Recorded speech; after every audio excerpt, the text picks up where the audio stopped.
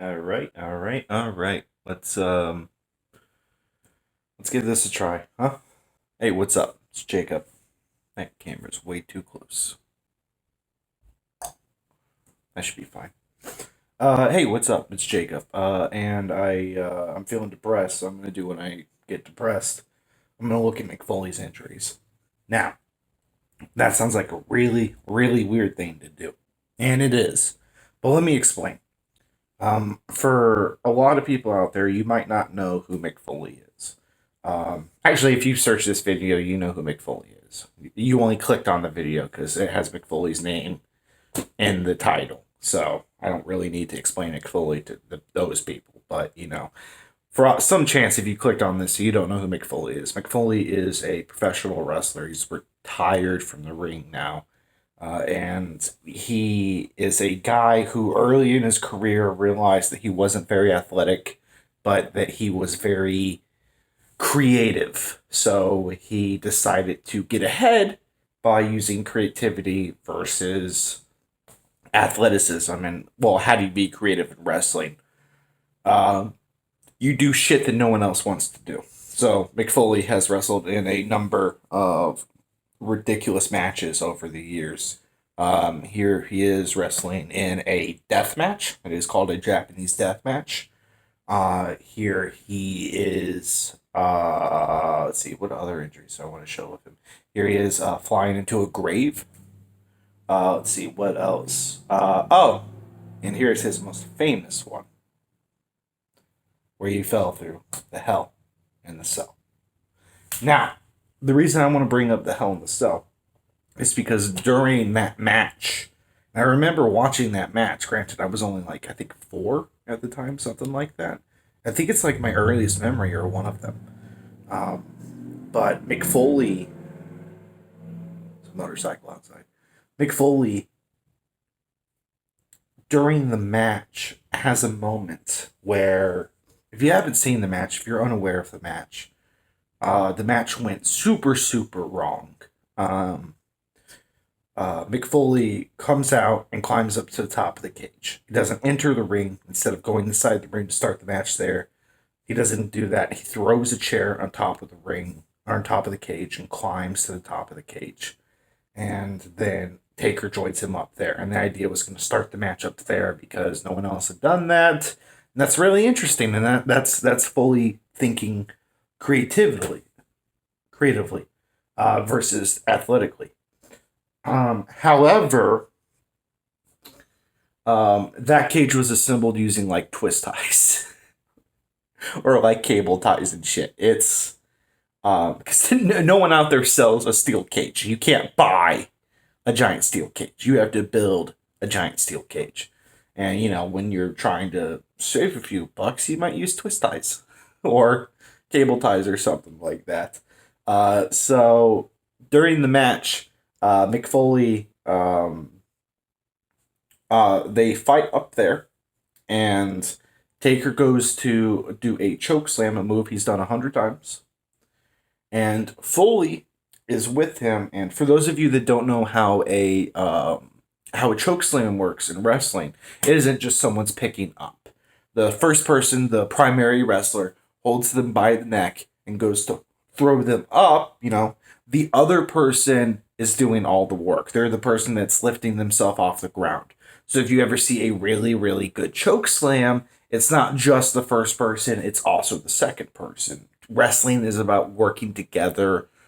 Like, wrestling moves have two participants. Not all of them, but most holds grapples have two participants. It has an active participant and a hidden participant.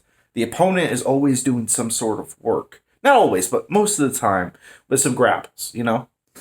And so with this is no exception. Now, Foley, when he normally does the choke slam, he goes high in the air to supersell it, to really drive home that it hurts.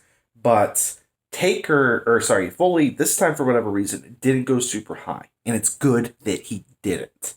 Because when his body comes down, he plunges through the cage. You can see that here. He plunges through the cage, and that wasn't scripted. That wasn't part of the match. It was. I mean, it is now, but I want to clarify something that I was trying to say but never finished saying, and that was Foley was super exhausted, and that's why he wasn't able to jump as high. And because of that, when he plunged through the cage, he landed on his back and not on his neck. He probably would have died if he jumped his normal height versus jumping the height that he ended up jumping because he was so tired. That was what I was trying to point out. Anyways, back to the video. Because eventually that leads to this image. And that right there is the broken smile of Mick Foley. And that right there is one of the most inspirational things I've ever seen in my life. Because anytime I get really depressed, like I am now, I just think of that smile. Because he is smiling and he's talked about it numerous times. He is smiling to show everyone that he's okay. Or he's smiling to, it's just all he could think of in that moment was just a smile. And his teeth are missing.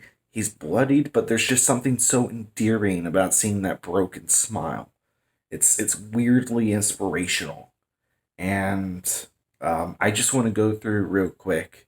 Because some of you out there might be a little exasperated by Mick Foley's plunge and about how ridiculous that is. I want to go through real quick and just to cap the video off, tell you about some of his greatest injuries. That's the GOAT in my opinion. I don't know if he had a worse injury than that, but that's pretty bad. But let's just go over some of these injuries. So he's taken numerous chair shots to the head, which a chair shot is where you throw an unprotected or an uncovered steel chair into another person's head. And it does sound as awful as you think it is. And yes, they don't do them anymore. Most places ban them. Some wrestling promotions do them still, I'm sure. I'm not actually aware of any, but that doesn't mean it doesn't happen, Quick Google search could easily prove me wrong. But chair shots cause CTE, causes brain damage, it's not good. It's not good. Just Google Chris Benoit and you'll learn more. Anyways, so he's taken a lot of chair shots. So a lot of these repeated over and over are just concussions. So that's probably the most consistent injury that Mick Foley's gotten over his career. But let's see, he's gotten a broken wrist in 89. He broke a right shoulder in 89. His two front teeth are knocked out and he swallowed them during a house show against Sting in 89. Let's see, what else? He broke some ribs in 92. In Clash of Champions 20 in 92. Cactus Jack, one of Mick Foley's characters, was fighting Ron Simmons. He tore his abdominal muscle. Holy shit. Vader gave him a broken nose, a concussion, and 27 stitches to facial wounds. Damn. Holy shit. During Slamboree,